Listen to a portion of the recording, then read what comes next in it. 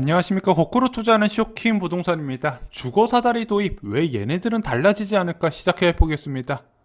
초소형 위주로 공급한 국토부의 임대정책이요, 주말 사이에 먼지가 될 때까지 털려 나갔습니다. 자, 저는 개인적으로 이런 식으로 임대주택에 대한 지적이 커지는 부분, 더 좋은 임대주택 정책이 탄생시키기 위한 과정이다, 이렇게 좀 좋게 생각하려고 합니다.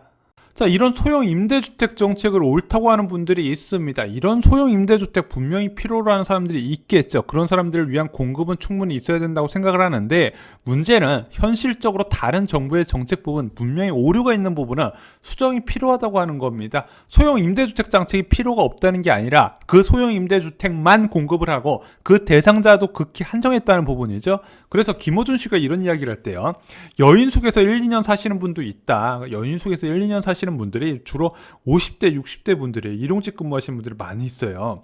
그런 분들이 이런 소형 임대주택에 들어갈 수 있냐? 못 들어간다는 거예요. 왜? 청년층으로 한정을 했으니까 그런 부분을 바꾸자는 겁니다. 일단 주말 사이에 많은 여론의 지탄을 받았던 정부가요, 소형 임대주택 공급의 주요 원인이었던 임대주택의 정부 부담 비율을 높이기로 했어요. 자, 국민임대형이라 해서 전용 59제곱미터 이내에 임대주택 공급할 때 한 가구당 건설비가 1억 6,300만 원인데 여기서 정부 지원금이 4,100만 원밖에 안 된대요. 그럼 나머지가 LH가 한 채당 1억 2,200만 원의 부채를 떠안다 보니까 이 부분에 대해서 부담을 느끼고 갈수록 소형으로 공급할 수밖에 없었다는 부분이죠. 그래서 이 부분은 지금 기재부하고 국토부가 면밀하게 협의해서 정부 지원금을 늘리고 제대로 된 임대주택을 늘려나가는 방향으로 협의를 하고 있습니다. 결국에는 대통령의 지시사항이 있고 나서부터 빠르게 진행이 됐던 부분, 결국에는 이 서민 주거 안정은요, 대통령이 직접 챙겨야 되는 부분, 저희가 이명박 대통령 사례를 들면서 말씀을 드렸던 부분입니다.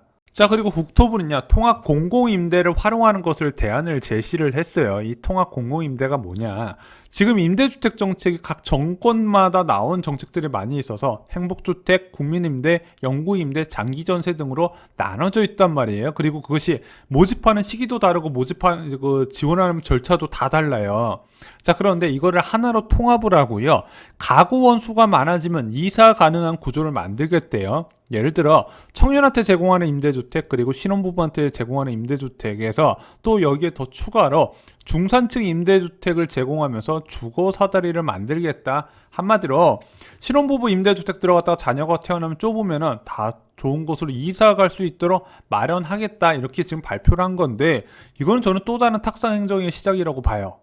왜 이런 주거사다리 임대주택 정책을 탁상행정이라고 할까요? 단계별 임대주택이 뭐가 문제냐? 취지는 좋은데요, 이게 말이 안 되는 세 가지 이유가 있다는 겁니다. 왜냐면은 이렇게 단계별로 임대주택 정책을 세우게 되면은요, 임대주택에 들어갈 수 있는 대상을 한정한다는 얘기고요, 또 하나 수요와 공급이 일치하지 않게 되는 부분이 발생하게 됩니다. 마지막으로 근본적인 원인, 아파트의 공급 자체를 축소시키는 문제가 발생된다는 부분이죠. 자, 지금 이렇게 봐서는 좀 이해가 안 되실 텐데 하나하나 사례를 들어서 설명드리면 이해가 쉽게 되실 겁니다.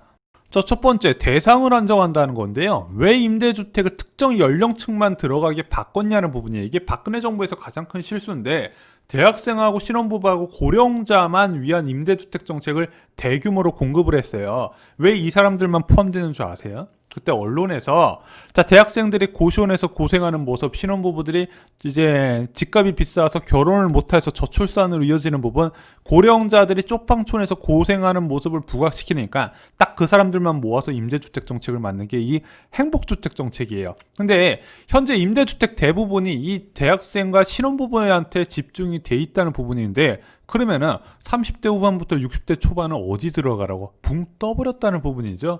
그래서 이거를 하지 말라고 대통령이 누누이 강조를 했어요.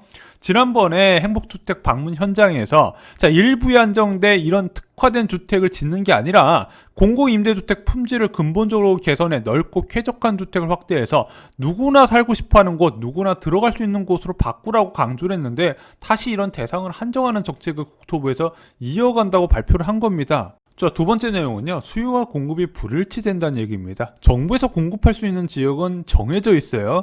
근데 수요층이 이것을 원하지 않을 가능성이 있다는 부분입니다. 예를 들어 볼게요.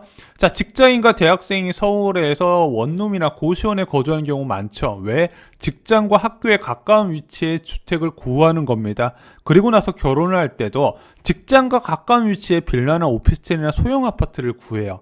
크기보다 위치를 더 중요합니다. 그래서 이런 평수를 원하는 건 맞긴 맞아요. 그런데 신혼부부 같은 경우는요, 이런 크기에서 2년에서 3년밖에 못 살아요. 왜냐? 자녀가 태어나게 되면 너무 좁고 거주 여건이 자녀 키우기에 적합한 걸 하지 않은 걸 알기 때문에 직장과 가까운 지역의 아파트 전세를 옮기거나 청약을 도전하나 신도시의 매매 쪽으로 돌아가게 됩니다. 이때 옮겨가는 크기가 전용 59제곱미터 이상이에요. 자, 이때부터는요, 위치보다는 주거 환경을 더 중요시한다는 부분이죠. 근데 지금 임대주택 정책이요, 이 직장인과 신혼부부한테 포커스가 맞춰져 있는데 서울에서 멀리 떨어진 신규 택지에 이런 주택을 공급한다는 부분입니다. 자, 신도시나 신규 택지에서 공급하면 안 되는 임대주택 유형을 그동안 공급을 하다 보니까 수요자한테 외면을 받고 있어요. 자, 그리고 이런 원룸이나 1.5룸 같은 경우는요, 굳이 아파트일 필요가 없이 준주거 용지나 사업 용지를 활용해서 공급을 하면 되는 부분인데 굳이 아파트 용지를 활용해서 아파트 지을 장소에 원룸이나 투룸을 공급했다는 거죠. 그래서 문재인 대통령이 방문했던 화성 동탄 행복주택 1차 아파트가 대표적인 사례입니다. 이 금싸라기 아파트 공급 용지에다가요, 이 전용 26제곱미터의 원룸을 245호나 공급했고요, 1.5룸을 99호, 그리고 투룸을 69룸을 공급을 했습니다. 자, 동탄 이 신도시까지 청년이 와서 얼마나 살겠습니까? 신혼부부가 1.5룸을 살려고 동탄 이 신도시까지 내려올까요? 출퇴근이 얼마나 오래 걸리겠습니까? 1시간 반 잡아야 되거든요. 그런 데까지 와서 살까요? 그냥 월세 주더라도 서울에 살려고 한다는 부분이죠. 동탄 이 신도시까지 내려올 때는요, 전용 59제곱미터의 주거 환경을 충족시켰을 때 내려올 가치가 있다는 부분이에요. 그래서 청년이나 신혼부부 임대주택을 만들고 싶다면 이런 식으로 해야 됩니다. 역세권 천연주택이라고 보이시죠? 그래서 양재역의 역세권 천연주택 379호 이런 식으로 오피스텔 형식으로 들어간다는 거예요. 자, 그래서 청년은 최소 24제곱미터, 신혼부부는 투룸 전용 44제곱미터 이상을요, 도심 지역의 준주거나 상업용지를 활용해서 지어야 되는 부분이고요. 일부 계층이 아닌 모두가 들어올 수 있는 임대주택을 만들어야 되는데 청년하고 신혼부부를 챙기고 싶다면 특별 공급으로 배정을 하면 되는 부분인데 이 사람들만 들어갈 수 있는 주택만 계속 공급한다는 게 지금 문제라는 거예요. 자, 왜 임대주택의 공급을 축소시키냐? 그 부분도 봐야 되는 부분입니다. 자, 최근에 3기 신도시의 공공임대 비율을 계속 늘리라는 목소리가 커지고 있어요. 정치권에서도 늘리라고, 언론이나 시민단체에서도 야, 싱가포르 사례 들면서 임대 비율을 늘리라고 합니다.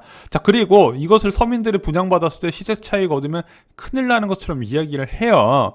자, 그런 식으로 임대 비율을 늘렸다 칩시다. 그런데 초소형 면적 임대주택을 그동안 계속 공급해왔어요. 왜냐? LH의 적자가 최소한으로 이루어져야 되는 부분이니까. 또한 이것을 다 커버하지 못하니까 결국에는 기업형 임대주택 카드를 꺼내들어요. 임대 부진을 쉽게 처리할 수 있는 방안이죠. 그런데 초소형 면적의 임대주택은 면적이 작고 공급이 늦어요. 게다가 이 기업형 임대주택 같은 경우는 높은 임대료에다가 제한된 거주기간, 불확실성한 분양 일정 때문에 자, 사람들이 꺼려한다는 부분이죠. 그럼 결국에는 이 임대주택은 실수요자가 외면을 해버려요. 이럴 바에는 차라리 분양을 하는 게 낫다는 거죠. 분양을 많이 하면은요, 서울에서 대거 이주 수요가 발생을 하게 됩니다. 그럼 서울 아파트, 빌라의 전세 가격이 하락할 것이고 신혼부부의 전세 비용도 하락한다는 부분이죠. 자, 그럼 3기 신도시의 공공주택 용지는 어떻게 써야 될까요? 간단해요. 아까 문재인 대통령이 강조했던 평생 머물 임대주택 크기를 넉넉하게 누구나 거주할 수 있는, 신청할 수 있는 주택으로 하고요.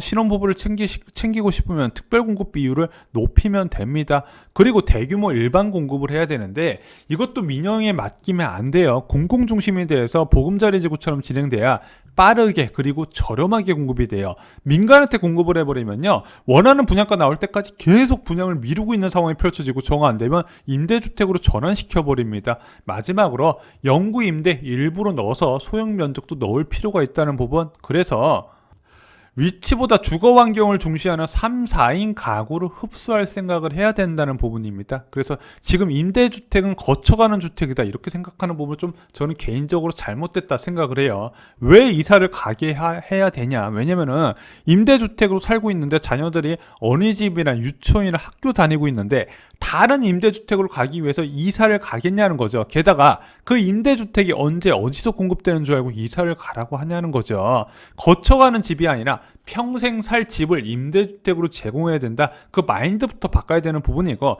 거쳐가는 집은 서울 지역에 도심 지역의 역세권 지역의 준주거 용지나 또는 상업 용지를 예산을 들여서 대규모로 짓는 게 중요하다 말씀을 드립니다. 자, 아직도 국토부는 자기들이 뭘 잘못한지 몰라요. 한참 두드려 받으니까 공공임대 관련 제도 개선을 빠르게 추진한다. 그래서 뭘 바꾸나 봤더니 소득 요건을 완화해서 입주 대상을 확대한대요. 이게 단순 소득 요건의 문제냐? 수요와 공급의 불일치에서 일어나는 부분이거든요. 결국에는 처음부터 정책을 재검토해야 되는 부분이 있습니다. 그나마 중형주택의 임대주택이 늘어난다는 부분은 저희가 굉장히 찬성하지만은 자, 이것만 공급된다고 될 문제는 아니에요. 그래서 모든 부분을 수요자한테 맞춰서 공급할 필요가 있다. 전면적인 재검토가 필요하다. 개인적으로 이렇게 보는 부분입니다. 이상으로 쇼킹부동산 마칩니다. 좋아요, 구독, 공유 꼭 부탁드립니다. 감사합니다.